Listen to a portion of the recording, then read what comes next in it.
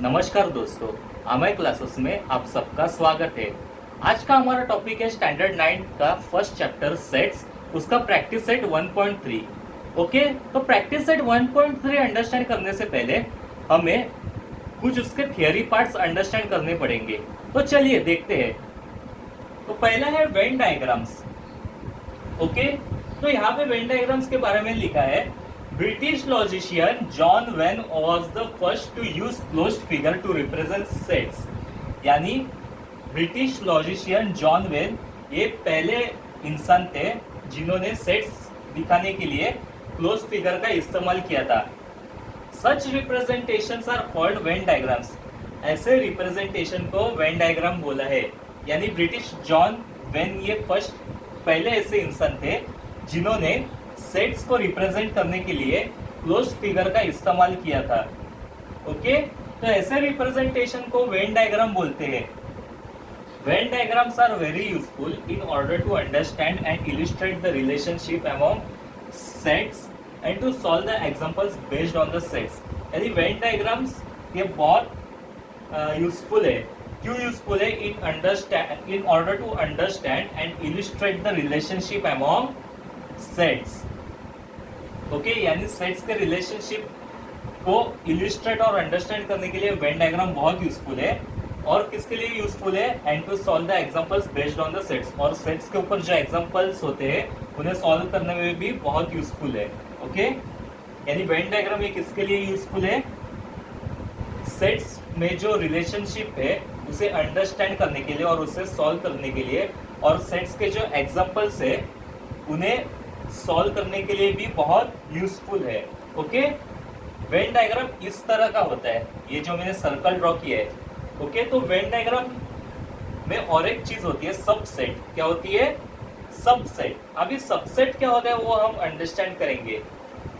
If there are two sets like set A and set B, यानी अगर दो sets है set A and set B and all the elements of set B are present in set A, then set B is subset of set A. यानी यहाँ पे क्या कहा गया है हमें कि अगर दो सेट से, कौन से? सेट ए और सेट बी, और अगर सेट बी के एलिमेंट सेट ए में भी है, सेट बी के अंदर जो एलिमेंट्स है वो सेट ए में भी है, तो सेट बी ये सेट ए का सबसेट है। तो सेट बी क्या हो जाएगा? सेट ए का सबसेट। फिर से एक बार बताता हूँ, अगर दो सेट है सेट ए और सेट बी, ऐसे दो सेट है, और अगर सेट बी के जो एलिमेंट्स है वो सेट में ए में भी प्रेजेंट है, सेट बी के जो एलिमेंट्स है वो सेट ए में भी प्रेजेंट है, तो सेट बी जो है वो सेट ए का सबसेट है। तो सेट बी जो है वो सेट ए का सबसेट है। ओके, जैसे फॉर एग्जांपल यहाँ पे मैंने वेन डायग्राम ड्रॉ किया है। ओके, तो सेट ए में क्या दिया है? कर्ली ब्रैकेट में 1 2 3 4 5, 1 2 3 4 5, और सेट बी में क्या दिया है? 4, 5, 4, 5। तो मैंने यहाँ पे वेन डायग्राम ड्रॉ किया। वेन डायग्राम में मैंने लिखा 1 2 3 4 5, 1 2 3 4 5। ओके, तो ये ए है 1 2 3 4 5, और जो 4 और 5 है वो किस में है? सेट बी में। 4 और 5 किस में? सेट बी में। ओके, तो देखिए सेट ए में कर्ली ब्रैकेट में दिया है 1 2 3 4 5, और सेट बी में दिया है 4, 5। तो 4, 5 जो है वो सेट ए में भी प्रेजेंट है, 4, 5 वो सेट ए में भी प्रेजेंट है। तो 4, 5 सेट ए में प्रेजेंट होने के कारण सेट बी जो है वो सेट ए का सबसेट है। सेट बी जो है वो सेट ए का सबसेट है, क्योंकि बी में जो एलिमेंट है वो सेट ए में भी प्रेजेंट है, इसलिए सेट बी जो है वो सेट ए का सबसेट है। और हम सबसेट की साइन ऐसे लिखते हैं, सी डैश, ऐसे हम सबसेट की, एक्चुअली इसे सबसेट बोलते हैं इसे। ओके, अभी और मैं तो एग्जांपल देता हूँ, जैसे कि नेचुरल नंबर्स। नेचुरल नंबर्स में क्या आता है? कर्ली ब्रैकेट में नेचुरल नंबर्स यानी क्या होते हैं? Countable numbers. Okay, sorry, counting numbers, यानी 1 से लेकर आगे तक उसे हम नेचुरल नंबर्स बोलते हैं, 1 2 3 4 एंड सो ऑन। ओके, उन्हें हम नेचुरल नंबर्स बोलते हैं। और होल नंबर्स, होल नंबर्स यानी क्या होता है? Natural numbers along with zero, यानी जीरो से जो स्टार्ट होते हैं, ओके, 0, 1, 2, 3, 4 एंड सो ऑन, उन्हें हम होल नंबर्स बोलते हैं। तो हम ऐसे बोल सकते हैं, जैसे नेचुरल नंबर्स में क्या आता है 1, 2, 3, 4 एंड सो ऑन, और होल नंबर्स में क्या आता है 0, 1, 2, 3, 4 एंड सो ऑन। तो जो नेचुरल नंबर्स के जो एलिमेंट है वो होल नंबर्स में भी प्रेजेंट होते हैं। जो नेचुरल नंबर्स के एलिमेंट है वो होल नंबर्स में भी प्रेजेंट होते हैं। तो नेचुरल नंबर्स जो है वो होल नंबर्स का सबसेट है। तो नेचुरल नंबर्स जो है वो होल नंबर्स का सबसेट है। ओके, सेकेंड एग्जांपल देता हूँ। होल नंबर्स कहाँ से स्टार्ट होता है 0, 1, 2, 3, 4 एंड सो ऑन। ओके, और इंटीजर्स, इंटीजर्स की शुरुआत कैसे होती है negative integers 0 and positive integers. Negative integers कैसे होता है, suppose -3, -2, -1, -0, -1, -2, -3, -4 and so on. Okay, तो होल नंबर्स में जो नंबर्स है वो इंटीजर्स में भी आते हैं, इंटीजर्स में भी प्रेजेंट है। होल नंबर्स के जो एलिमेंट्स है वो इंटीजर्स में भी प्रेजेंट है। तो होल नंबर ये इंटीजर का सबसेट है। तो होल नंबर ये इंटीजर्स का सबसेट है। ओके, और एक थर्ड एग्जांपल आपको देता हूँ। इंटीजर्स में क्या आता है negative integers 0 and positive integers. Okay, और रियल नंबर्स में क्या आता है रियल नंबर्स यानी collection of all numbers. Real numbers यानी कलेक्शन ऑफ ऑल नंबर्स, यानी उसमें सब नंबर्स आते हैं। ओके, तो जो नंबर्स इंटीजर्स में है वो होल नंबर में भी प्रेजेंट होते हैं, इसलिए इंटीजर क्या है होल नंबर का सबसेट है। इसलिए इंटीजर क्या है होल नंबर का सबसेट है। तो हम ऐसे बोल सकते हैं, अभी जो नेचुरल नंबर है वो होल नंबर में भी आता है, इंटीजर्स में भी आते हैं और रियल नंबर्स में भी आते हैं। तो हम ऐसे भी बोल सकते हैं natural number is a set of whole numbers, natural number is a set of integers and natural number is a subset of whole numbers, natural number is a subset of integers and natural number is a subset of real numbers. Okay, अभी whole numbers जो है वो integers में भी present होते हैं और real numbers में भी प्रेजेंट होते हैं। तो हम ऐसे बोल सकते हैं whole number is a subset of integers and whole numbers is a subset of real numbers. Okay, अभी जो इंटीजर्स है वो रियल नंबर्स में भी प्रेजेंट होते हैं। तो हम ऐसे बोल सकते हैं integers is a subset of real numbers. Okay, ये थर्ड एग्जांपल हो गया। अभी फोर्थ एग्जांपल मैं आपको देता हूँ। अभी हम जहाँ रहते हैं, जैसे मुंबई में रहते हैं, अभी मुंबई में क्या आता है कांजूर। ओके, तो कांजूर ये मुंबई का सबसेट है। ओके, मुंबई ये महाराष्ट्र का सबसेट है, महाराष्ट्र ये इंडिया का सबसेट है, और इंडिया ये एशिया का सबसेट है। ओके, ऐसे भी हम बोल सकते हैं। ओके, होप आपको समझ में आया होगा सबसेट क्या होता है। तो हम बढ़ते हैं हमारे अगले टॉपिक की तरफ। ओके, अभी सबसेट में कुछ तो आपको रिमेंबर याद रखना है ये चीज़। ओके, पहला है every set is a subset of itself, that is A is the subset of A. यानी हर जो सेट होता है वो खुद का भी सबसेट होता है। जैसे ए जो है वो ए का ही सबसेट है, क्योंकि ए में अभी यहाँ पे मैंने एग्जांपल दिया है A is equal to curly bracket 1, 2, 3, यानी ए में जो एलिमेंट्स आते हैं वो ए में ही आएंगे, इसलिए जो ए है वो खुद का भी सबसेट है, यानी every set is a subset of itself. Second one, empty set is a subset of every set. Okay, empty set is a subset of every set, यानी हर जो सेट होता है उसका सबसेट एम्प्टी सेट होता है। ओके, यानी empty set ये हर सेट का सबसेट है, क्योंकि हम स्टार्टिंग में कर्ली ब्रैकेट से ही स्टार्ट करते हैं। Okay, third one, if A is equal to B then A is the subset of B and B is the subset of A. यानी अगर ए बी को इक्वल है तो ए बी का subset है और बी ए का सबसेट है। कैसे, मैं आपको बता दूं example. A is equal to curly bracket 1, 2, 3 curly bracket close and B is equal to curly bracket 2, 3, 1 curly bracket close. देखो, ए में जो एलिमेंट प्रेजेंट है वो बी में भी है और बी के जो एलिमेंट है वो ए में भी प्रेजेंट है, इसलिए ए जो है वो बी का सबसेट है और बी जो है वो ए का सबसेट है, इसलिए ए इज इक्वल टू बी। यानी अगर ए बी को इक्वल रहेगा तो क्या उसका मतलब होता है कि ए जो है वो बी का सबसेट है और बी जो है वो ए का सबसेट है। और अभी ये उसका उल्टा है, if A is the subset of B and B is the subset of A then A is equal to B। यानी अगर A B का सबसेट है और B A का सबसेट है तो A जो है वो B को इक्वल है। ओके, होप आपको ये समझ में आया होगा। आपको ये याद रखना है कि every set is a subset of itself, empty set is a subset of every set. अगर if A is equal to B then A is the subset of B and B is the subset of A, and if A is the subset of B and B is the subset of A then A is equal to B। ये 4 points आपको हमेशा याद रखने हैं subset के। Okay, तो चलिए अगले टॉपिक के पे बढ़ते हैं, यूनिवर्सल सेट। अभी यूनिवर्सल सेट क्या होता है? Universal set is represented by U and in Venn diagram we use rectangle for the universal set।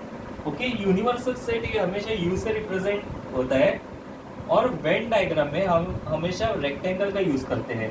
Okay, जैसे अभी ये स्कूल का यूनिवर्सल सेट है, हमने यहाँ रेक्टेंगल ड्रॉ किया है और उसके अंदर सर्कल ड्रॉ किया है, स्टैंडर्ड 8, स्टैंडर्ड 9 और स्टैंडर्ड 10। ओके, ये सब यूनिवर्सल सेट में होता है। ओके, फॉर एग्जाम्पल मैं यूनिवर्सल सेट आपको बता दूँ, यूनिवर्सल सेट क्या होता है।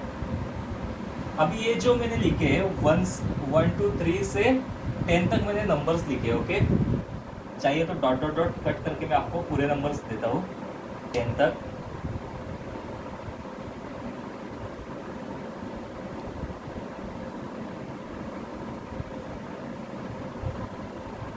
ओके, यानी 1 2 3 4 5 6 7 8 9 10 ये यूनिवर्सल सेट के नंबर है। तो सेट ए में क्या आता है? सेट ए में आया है कर्ली ब्रैकेट 1 2 3, सेट बी के एलिमेंट्स है 2 3 4 और सेट सी के एलिमेंट्स है 4 5 6। मैं फिर से आपको एक्सप्लेन करता हूँ कैसा एग्जांपल दिया है question. Universal set 1 to 10 numbers लिखे हैं।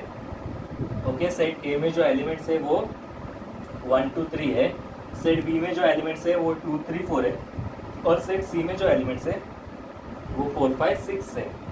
ओके, तो हमने देखो अभी इसको कैसे रिप्रेजेंट किया यूनिवर्सल सेट को वेन डायग्राम से। ओके, ये जो पूरा है वो यूनिवर्सल सेट है। ओके, और यूनिवर्सल सेट के अंदर जो, क्योंकि देखो ए के जो एलिमेंट्स है वो यूनिवर्सल सेट में प्रेजेंट है, बी के भी जो एलिमेंट्स है यूनिवर्सल सेट में प्रेजेंट है और सी के भी जो एलिमेंट्स है वो यूनिवर्सल सेट में प्रेजेंट है। तो ये तीनों हमने सर्कल ड्रॉ किए यूनिवर्सल सेट के अंदर। यूनिवर्सल सेट हमेशा रेक्टेंगल में होता है, यूनिवर्सल सेट हमेशा रेक्टेंगल में होता है और रेक्टेंगल के अंदर मैंने ये 3 सर्कल ड्रॉ किए हैं, ए बी और सी। और ए के अंदर ए के एलिमेंट्स लिखे हैं 1 2 3, ये ए के अंदर आते हैं। बाद में बी के एलिमेंट्स बी के अंदर लिखे 2 3 4, ये बी के अंदर आते हैं। फिर बाद में सी के अंदर सी के एलिमेंट्स लिखे 4 5 6, ये सी के एलिमेंट्स है। और जो रिमेनिंग है वो मैंने बाहर लिखे हैं क्योंकि वो रेक्टेंगल यानी यूनिवर्सल सेट में आते हैं 7 8 9 10। ओके, तो इस तरह हम यूनिवर्सल सेट के डायग्राम को रिप्रेजेंट करते हैं। एक बार फिर से मैं आपको ये डायग्राम एक्सप्लेन करता हूँ। ये मैंने यूनिवर्सल सेट हमेशा रेक्टेंगल में ड्रॉ करते हैं, तो रेक्टेंगल ड्रॉ किया और उसके अंदर 3 सेट ड्रॉ किए ए बी सी। ओके, तो ए के एलिमेंट्स ए में लिखे क्या क्या लिखे 1 2 3, देखो 1 2 3 दिया है तो 1 2 और 3। ओके, बी के एलिमेंट्स क्या है 2 3 4, बी के एलिमेंट्स है 2 3 4। तो बी के जो एलिमेंट्स है वो भी मैंने लिखे हैं 2 3 और 4, वो बी में लिखे हैं। ओके, और सी के एलिमेंट्स देखो क्या है 4 5 6, सी के एलिमेंट्स है 4 5 6। ओके, तो सी में मैंने लिखे 4 5 6। ओके, सी के एलिमेंट्स सी में लिखे हैं। पर अभी कितने बचे हुए हैं 7 8 9 10, ये बचे हुए हैं तो वो मैंने बाहर लिखे यानी यूनिवर्सल सेट में लिखे रेक्टेंगल में 7 8 9 10। ओके, यूनिवर्सल सेट के 7 जो बचे हुए वो 7 8 9 10 वो बाहर लिखे। ओके, तो इस तरह आपको यूनिवर्सल सेट का डायग्राम करना है। ओके, और एक एग्जांपल आपको देता हूँ यूनिवर्सल सेट, जैसे मैंने आपको फिर से एक बार एक्सप्लेन करता हूँ। हमारा कॉन्टिनेंट कंट्री के बारे में एक्सप्लेन किया था। जैसे अभी एशिया जो है, ओके, वो एक यूनिवर्सल सेट है। एशिया जो है वो यूनिवर्सल सेट है। तो एशिया में क्या क्या आता है? एशिया में आता है इंडिया। ओके, इंडिया जो है वो एशिया का सबसेट है। ओके, और इंडिया में क्या आता है महाराष्ट्र। महाराष्ट्र जो है वो इंडिया का भी सबसेट है और महाराष्ट्र ये ओके, इंडिया का सबसेट है महाराष्ट्र। अभी महाराष्ट्र में क्या आता है, मुंबई। ओके, मुंबई जो है, मुंबई वो किसका सबसेट है, महाराष्ट्र का। ओके,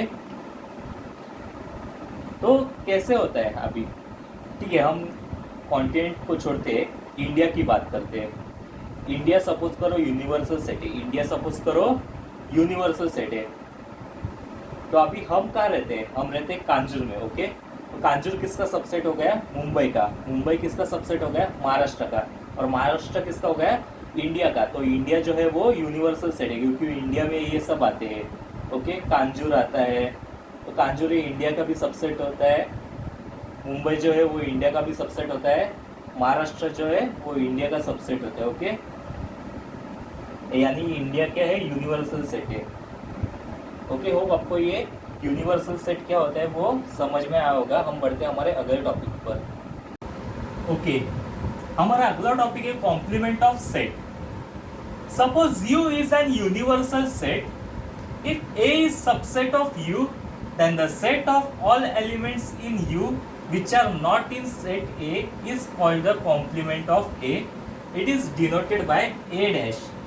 यानी अगर U यूनिवर्सल सेट है, U क्या है, यूनिवर्सल सेट है, और A जो है वो U का सबसेट है, और A जो है वो U का सबसेट है, तो then the set of all elements in U, तो U में जितने भी एलिमेंट्स है जो सेट A में नहीं है उसे हम बोलते हैं कॉम्प्लीमेंट ऑफ A। फिर से एक बार आपको एक्सप्लेन करता हूँ कि अगर U यूनिवर्सल सेट है, ओके, अगर U यूनिवर्सल सेट है और सेट A जो है वो U का सबसेट है, जो सेट A है वो U का सबसेट है, तो अगर U के जो एलिमेंट्स है, U के जो एलिमेंट्स है जो सेट A में प्रेजेंट नहीं होते, जो सेट A में प्रेजेंट नहीं होते, उन्हें हम बोलते हैं कॉम्प्लीमेंट ऑफ A। उन्हें हम बोलते हैं कॉम्प्लीमेंट ऑफ A, और उन्हें हम A डैश से डिनोट करते हैं, उन्हें हम A डैश से डिनोट करते हैं। जैसे अभी U इधर मैंने लिखा है यूनिवर्सल सेट, और सेट A जो है वो U का सबसेट है। ओके, और A डैश जो है, A डैश क्या होता है, यानी कॉम्प्लीमेंट ऑफ A क्या होता है, collection of all the elements which are present in U but not in A। A dash यानी collection of all the elements which are present in U but not in A, यानी जितने भी elements U में होते हैं पर A में नहीं होते उन्हें हम बोलते हैं A डैश। जितने भी एलिमेंट्स U में होते हैं और A में नहीं होते उन्हें हम बोलते हैं A डैश। जैसे अभी ये एक एलिमेंट है, ओके, ये यूनिवर्सल सेट है, ओके, और ए सेट A है। सेट A ये यूनिवर्सल सेट का सबसेट है। ओके, अभी सेट A में भी कुछ एलिमेंट्स प्रेजेंट है यूनिवर्सल सेट का, यूनिवर्सल सेट के बाहर भी कुछ एलिमेंट्स प्रेजेंट होते हैं, पर यूनिवर्सल सेट के जो एलिमेंट्स A में नहीं प्रेजेंट होते, सेट A में नहीं प्रेजेंट होते, उन्हें हम बोलेंगे A डैश, यानी complement of set A। Okay, for example मैंने अभी यहाँ पे दे के रखा है, यूनिवर्सल सेट है 1 2 3 4 5 6 7, यूनिवर्सल सेट है 1 2 3 4 5 6 7, और सेट A जो है वो है 2 4 6, सेट A जो है वो है 2 4 6।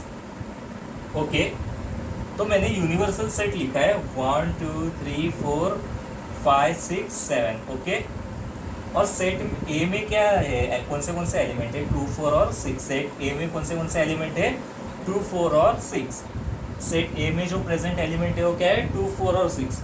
अभी यूनिवर्सल सेट के कौन से एलिमेंट्स ऐसे जो सेट A में प्रेजेंट नहीं है, वो है 1 3 5 7, वो है 1 3 5 7। 1 3 5 7 ये यूनिवर्सल सेट के एलिमेंट्स है जो सेट A में प्रेजेंट नहीं है।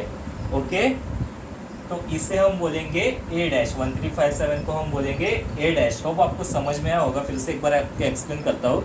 यूनिवर्सल सेट में सब एलिमेंट्स आते हैं, और अगर सपोज सब सेट A जो है वो यूनिवर्सल सेट का सबसेट है, ओके, तो अभी जैसे यूनिवर्सल सेट में जो एलिमेंट्स है, जितने भी एलिमेंट्स है और जो सेट ए में प्रेजेंट नहीं होते उन्हें हम बोलते हैं कॉम्प्लीमेंट ऑफ सेट ए, या तो हम उन्हें बोलते हैं ए dash.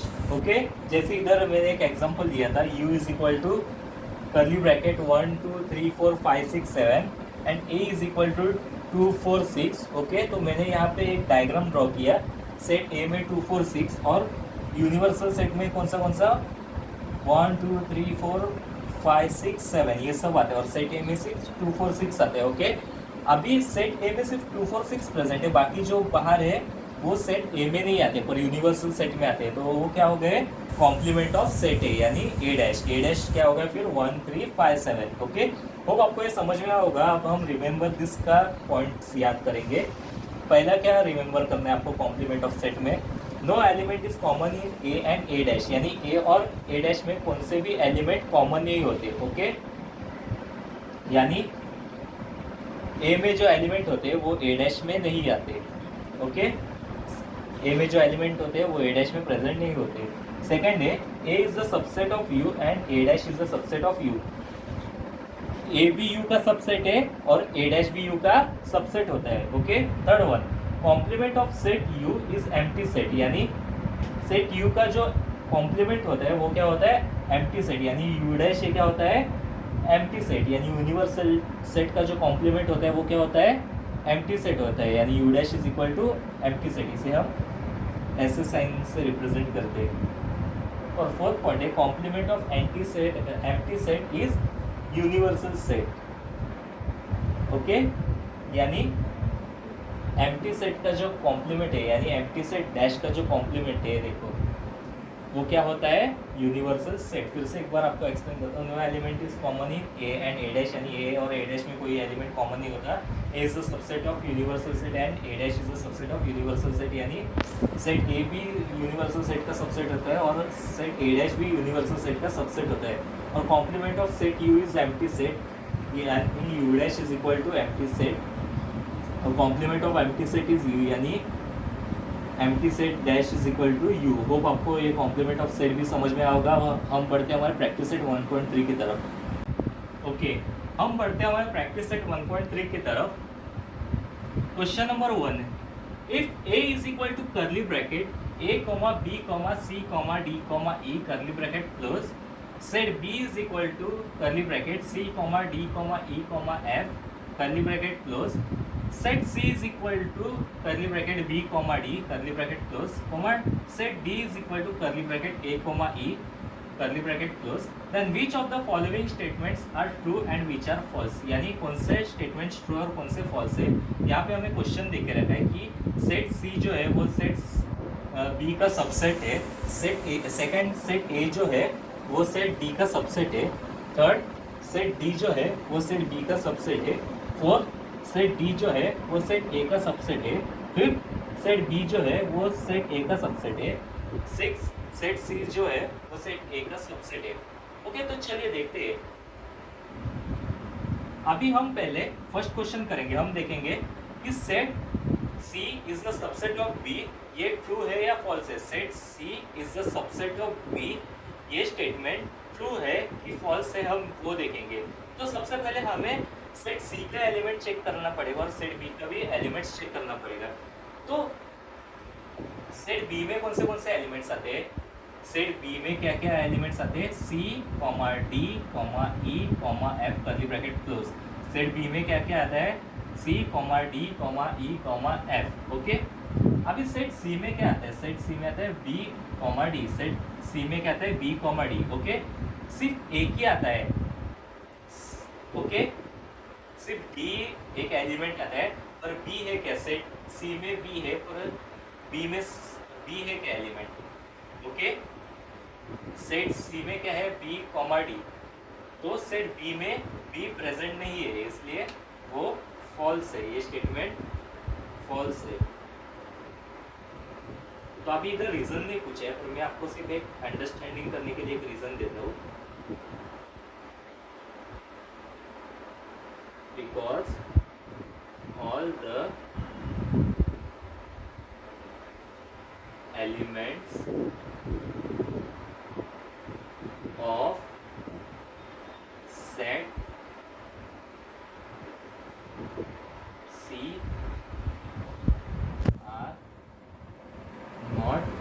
present in set B, क्योंकि सेट सी में जितने भी एलिमेंट्स है वो सेट बी में प्रेजेंट नहीं है। सेट सी के जो सारे एलिमेंट्स है वो सेट बी में प्रेजेंट नहीं है। ओके, तो आपको ये फर्स्ट समझ में आया होगा। अब सेकेंड करते हैं, A is the subset of D. A is the subset of D. तो पहले हम ए के एलिमेंट्स अंडरस्टैंड करेंगे। ए में क्या क्या है, curly bracket A comma B comma C comma D comma ई, और डी में क्या क्या है, ए कॉमा ई। ओके, तो ए के सारे एलिमेंट्स डी में प्रेजेंट है नहीं है, तो ये भी फॉल्स हो जाएगा, क्योंकि यहाँ पे हमें क्या पूछा है, A is the subset of D, उल्टा पूछा है। ओके, इसमें बहुत सारे बच्चे कंफ्यूजन करते हैं, तो प्लीज अटेंशन दो, ये फॉल्स स्टेटमेंट है, क्योंकि ए के सारे एलिमेंट्स डी में नहीं थे। ओके, अगर ऐसा पूछा रहता था D is the subset of A, अगर D is the subset of A पूछा रहता था तो ये स्टेटमेंट ट्रू आता था। पर यहाँ पे हमें क्या क्वेश्चन पूछा है कि A is the subset of D, तो ये फॉल्स है। अगर पूछा था D is the subset of A पूछते थे, अगर D is the subset of A पूछते थे तो स्टेटमेंट ट्रू होता था। पर इधर पूछा है कि A is the subset of D, तो ये स्टेटमेंट फॉल्स है, क्योंकि डी में सिर्फ ए कॉमा ई आता है और ए में A B C D E आता है। ओके, तो ए डी का सबसेट नहीं है, तो ये फॉल्स है। यहाँ पे भी मैं आपको रीजन देता हूँ, because all the elements of set A are not present in set B.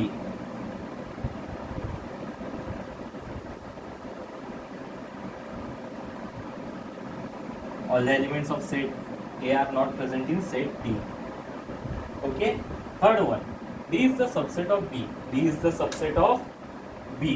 तो अभी D में क्या क्या एलिमेंट्स है, A कॉमा E। D में क्या क्या एलिमेंट्स है, A कॉमा E, और B में क्या क्या एलिमेंट्स है, C comma D comma E comma F। Okay, D का सिर्फ एक ही एलिमेंट E प्रेजेंट है D में और A प्रेजेंट नहीं है, तो ये भी स्टेटमेंट क्या है, false. Okay, reason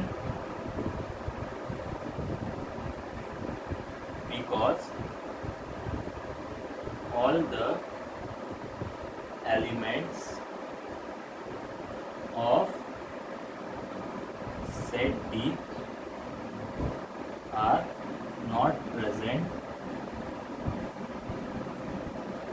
in set B. Okay, अभी fourth question, set D is the subset of set A. Set D is the subset of set ए, तो डी में क्या क्या एलिमेंट्स है, ए कॉमा ई, और ए में क्या क्या एलिमेंट्स है, A comma B comma C comma D comma E. Okay, तो डी में भी एलिमेंट ए कॉमा ई है और ए में भी वो एलिमेंट्स प्रेजेंट है, ए कॉमा ई। ओके, तो ये स्टेटमेंट ट्रू है। ओके, देखिए कैसे कंफ्यूज किया आपको। तो सेकंड क्वेश्चन में था वो A is the subset of D था। ओके, तो वो स्टेटमेंट फॉल्स है, और D is the subset of A अगर आएगा तो statement true. Okay, fifth question, B is the subset of A. B is the subset of A. अभी B में क्या क्या एलिमेंट्स है, C comma D comma E comma F, और A में क्या क्या है, A comma B comma C comma D comma ई, तो ये भी स्टेटमेंट क्या है, फॉल्स, क्योंकि बी के जो एलिमेंट्स है वो सारे के सारे ए में प्रेजेंट नहीं है।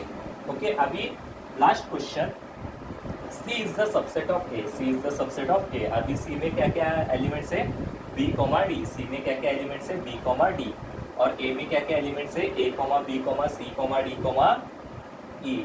ओके, तो सी के जितने भी एलिमेंट्स है बी कॉमा डी वो ए में भी प्रेजेंट है, तो सी इज द सबसेट ऑफ ए जो है वो ट्रू है, क्योंकि सी के जितने भी एलिमेंट्स है वो सेट ए में प्रेजेंट है। तो आपको ये समझ में आया होगा। अगर आप इसे लिखना चाहते हैं तो टेक द स्क्रीनशॉट। हम बढ़ते हैं हमारे सेकंड क्वेश्चन की तरफ। ओके, सेकंड क्वेश्चन है, take the set of natural numbers from 1 to 20 as universal set and show set X and Y using Venn diagram. Okay, x is equal to curly bracket x such that x is an element of natural number and 7 is less than x is less than 15 curly bracket close. Okay, second, y is equal to curly bracket y such that y is an element of natural number, y is prime number from 1 to 20. Okay, तो हमें क्या question दिया, take the set of natural numbers from 1 to 20 as universal set and show set x and y using Venn diagram. तो हमें क्या करना है, पहले यूनिवर्सल सेट दिखाना है नेचुरल नंबर्स 1 to 20 तक, और उसके बाद हमें x और y का वेन डायग्राम ड्रॉ करना है. ओके, तो चलिए स्टार्ट करते हैं. सॉल्यूशन,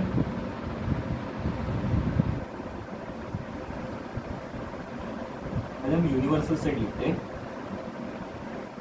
1 to 20, 1 2 3 4 5 6 7 8 9 10 11 12 13 14 15 16 17 18 19 20 bracket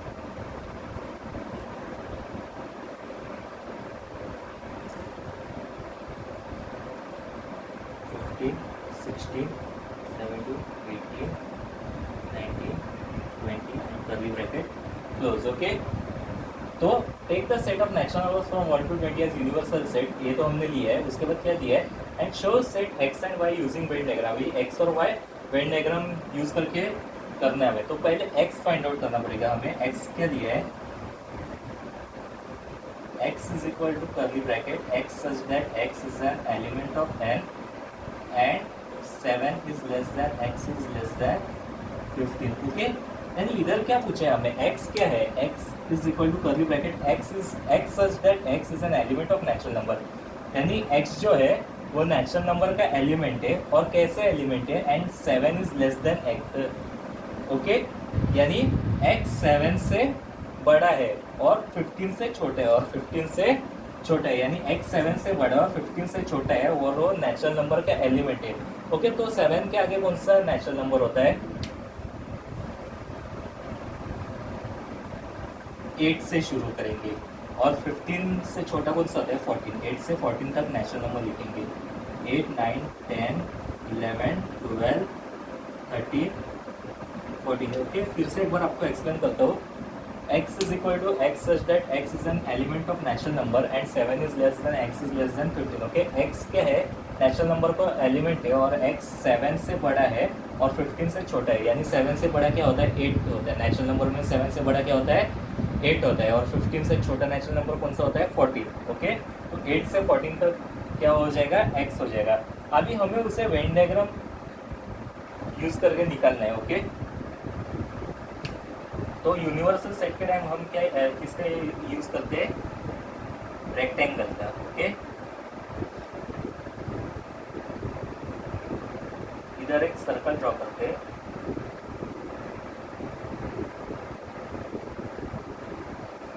ओके, वो सर्कल यानी x, और ये जो रेक्टेंगल यानी यूनिवर्सल. इसके अंदर पहले हम x के एलिमेंट्स लिखेंगे, 8 9 10 11 12 13 और 14. ओके, ये हो गया x के एलिमेंट्स. अभी बचे के इनमें से 1 2 3 4 5 6 7. 7 के बाद डायरेक्टली 15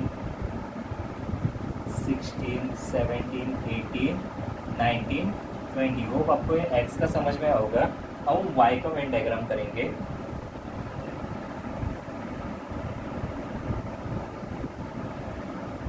y का क्या दिया है,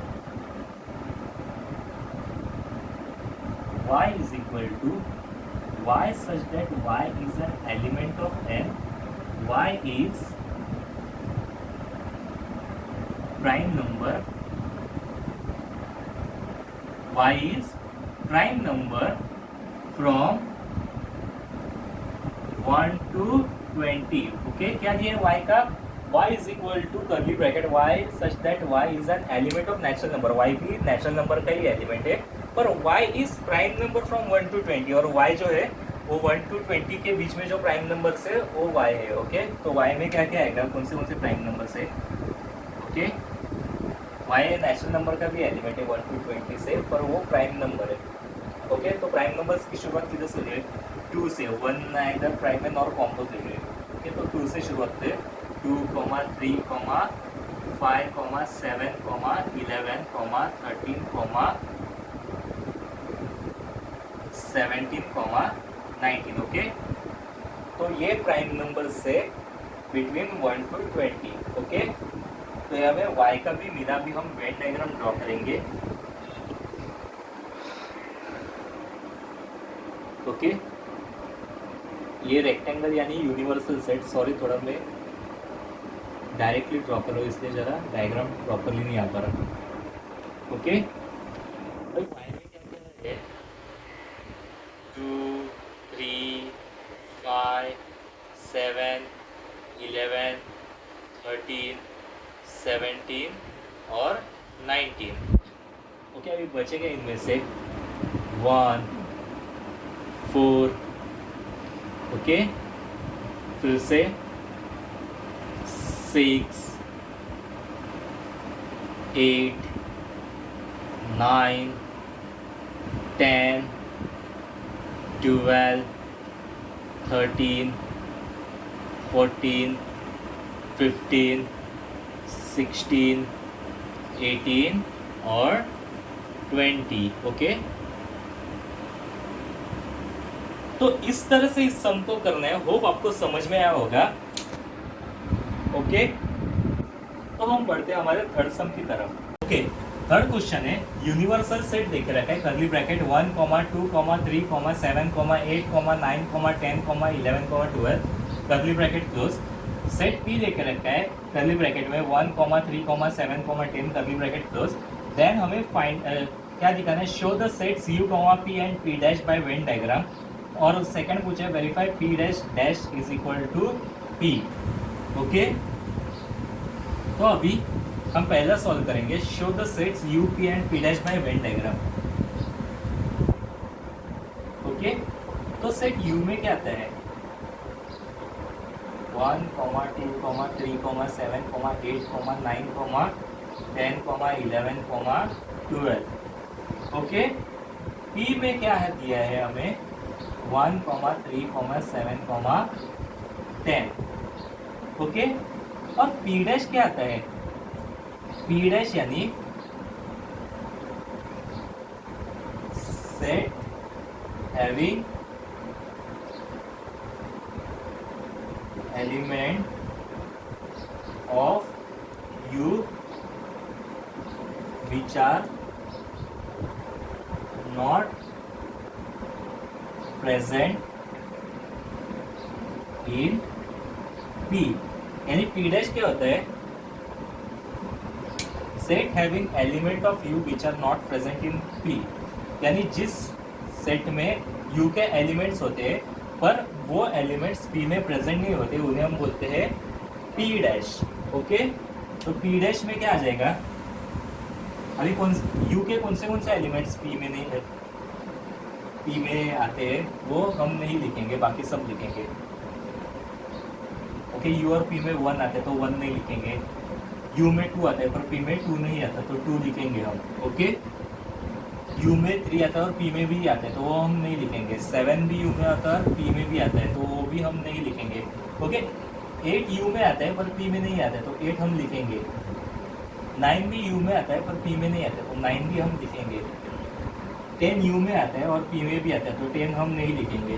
ओके, 11 U में आता है पर P में नहीं आता है तो 11 लिखेंगे, 12 भी U में आता है पर P में नहीं आता है तो 12 को भी हम लिखेंगे। P डैश क्या मिला, 2, 8, 9, 11, 12। ओके, तो अभी हम वेन डायग्राम निकालेंगे।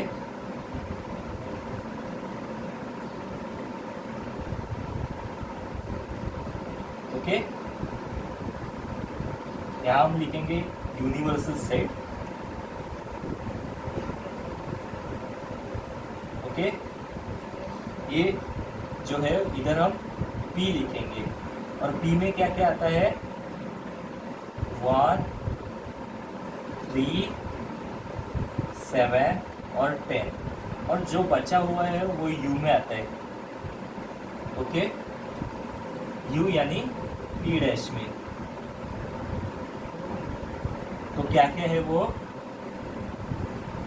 2 8 9 11 12। ओके तो P डैश को हम शेडेड पोर्शन करेंगे।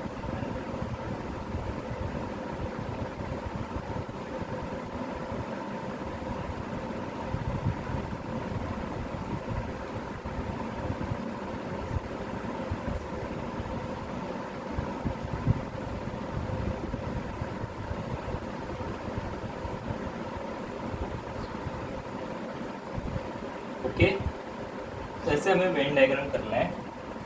अभी सेकंड क्या है इसका verify P dash dash is equal to P। Verify P dash dash is equal to P। Okay तो अभी P डैश डैश क्या होता है P डैश डैश यानी होता है इसका मतलब होता है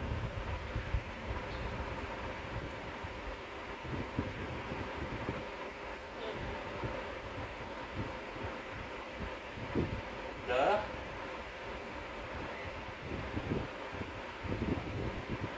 element of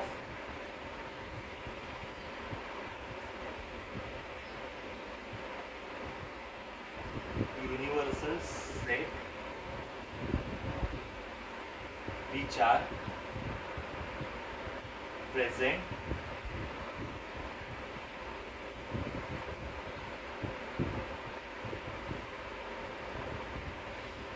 which are not present in P dash. The element of universal set which are not present in P dash is called P dash dash. अभी कौन से ऐसे एलिमेंट है जो इसमें प्रेजेंट नहीं है P डैश में कौन से एलिमेंट प्रेजेंट नहीं है वो P डैश डैश में आ जाएंगे। ओके तो वो है 1 3 7 10। ओके इसे हम इक्वेशन 1 देते हैं, इसे हम इक्वेशन 2 देते हैं और इसे हम इक्वेशन 3 देते हैं। तो फ्रॉम इक्वेशन 1 एंड 3 ये प्रूफ होता है कि P dash dash is equal to P, क्योंकि जो एलिमेंट्स P डैश डैश में है वही एलिमेंट्स P में भी है। ओके फिर से एक बार आपको एक्सप्लेन कर दो P डैश डैश क्या होता है। जो यूनिवर्सल सेट के एलिमेंट P डैश में प्रेजेंट नहीं होते हम उस एलिमेंट्स को P डैश डैश बोलते हैं। ओके तो जो P डैश डैश के एलिमेंट्स है वो P में भी आते हैं। तो फ्रॉम इक्वेशन 1 एंड 3 हम ये बोल सकते हैं कि P dash dash is equal to set P। Okay hope आपको ये थर्ड क्वेश्चन समझ में आया होगा।